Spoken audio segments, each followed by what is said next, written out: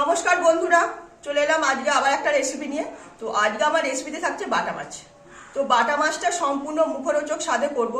তো আজকে বাজার থেকে বাটা মাছ এসছে, কিন্তু বাটা মাছটা বেশি বড় না, তো মাঝারি সাইজের বাটা। তো তাতে কি হলো, তো তাতেও সেই দিয়েই আজকে বাটা মাছের মানে ঝালটা বানাবো। তো দেখুন কিভাবে বাটা মাছের ঝালটা আপনার সাথে শেয়ার করি।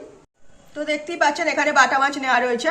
তো বাটা মাছটা একদম কেটে ধুয়ে বেছে নিয়ে বেছে আর কি ধুয়ে নুন হলুদ মাখিয়ে রাখা রয়েছে। আর সঙ্গে তো যেটুকু মশলা দেবো সেইটুকু মশলাও সঙ্গে নিয়ে নিয়েছি। তো সেটা একেবারে কড়াইয়ের মধ্যেই দেখাবো। তো চলুন শুরু করি রান্নাটা। কড়াইয়ে তেল গরম হয়ে গেছে, আমি ফার্স্ট মাছগুলো ভাজার জন্য ছেড়ে দেবো।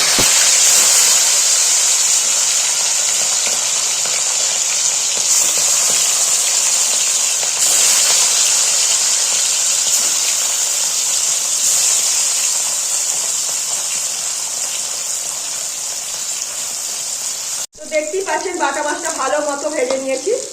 একটু শক্ত করে ভাজতে হবে, বাটা মাছ কিন্তু একটু নরম মাছ, তো একটু শক্ত করে ভাজলে ঝালটা করলে মাছগুলো আর কি ভেঙে যাবে না। তো আমার বাটা মাছটা ভাজা হয়ে গেছে, এটাই আমি কড়াই থেকে তুলে নেব। তো মাছ ভেজে কড়াইতে যে তেল আছে সেই মাছেতেই মানে সেই তেলেতেই আমার ঝালটা তৈরি হয়ে যাবে। এখানে আমি একটু মানে কালো জিরা আর একটা শুকনো লঙ্কা ফোড়ন দিচ্ছি।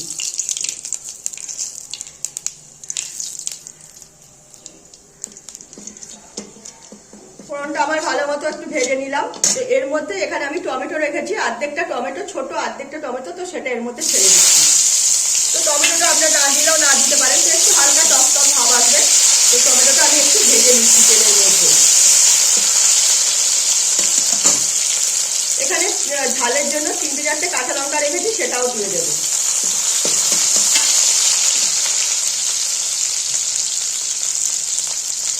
অল্প করে হলুদ দিয়ে দিলাম। হলুদ দিয়ে আমি একটু জল দিয়ে দেব।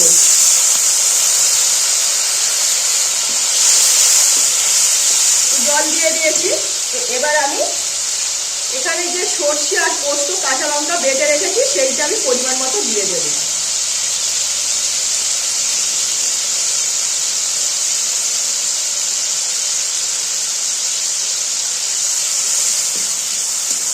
একটু জল দিয়ে সর্ষে পোস্ত দিলাম এই কারণেই, মানে সর্ষে পোস্ত তাহলে আর কি তেতো ভাবটা আসবে না। যে সর্ষে দেওয়া রয়েছে তাহলে সেই তেতো হয়ে যাবে না। গরম কড়াই তেলের উপর সর্ষে দিলে কিন্তু তেতো হয়ে যায় খাবার, তো সেটা আর হবে না। তো সেই বুঝেই আমি তৈরি করে নিলাম।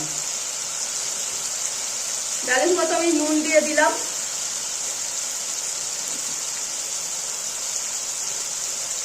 দু চারটে মানে চিনির দানা ফেলে দিলাম।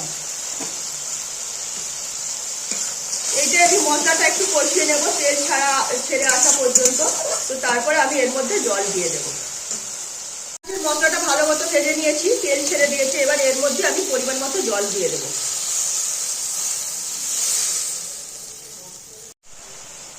তো দেখতেই পাচ্ছেন আমার জল ঢেলে দেওয়ার পর ভালো মতো ফুটছে গ্রেভিটা। তো এবার আমি এই ভাজা মাছগুলো এর মধ্যে ছেড়ে দেবো।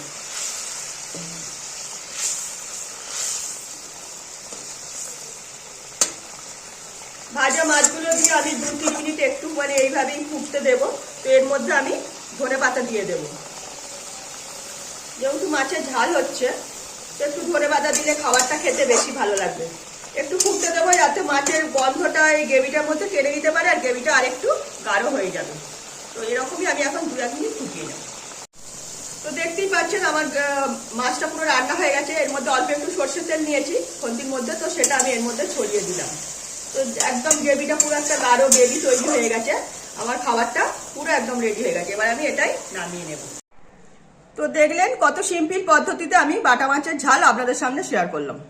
তো একদম ঝাল ঝাল মুখরোচক খাবার, যাতে সর্ষে পোস্তর একটা ঝাঁঝালো গন্ধ আছে, কাঁচা লঙ্কা ধনেপাতা, তো সব মিলেমিশে আজকে আমার বাটা মাছের ঝাল।